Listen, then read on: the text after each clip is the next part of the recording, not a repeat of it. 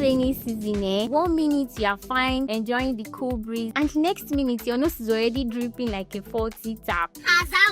Or your right, somebody is coughing, or your left, somebody is sneezing. Even the children are not left out, and I know that this feeling can be uncomfortable. But today I'm going to share some home remedies that you can do to help you feel better. The first one is for you to steam your face in warm water and add a little bit of balm to it. It's actually going to help in clearing your nostrils. Another thing you can do is to take ginger, cut them into tiny bits, boil it in water, add little honey and drink it. It's a game changer for cough. And make sure to wear protective clothing so that cold is not going to enter into your chest. Make sure to try out this tip. But if the cough and the catarrh is still disturbing you, please reach out to your healthcare provider.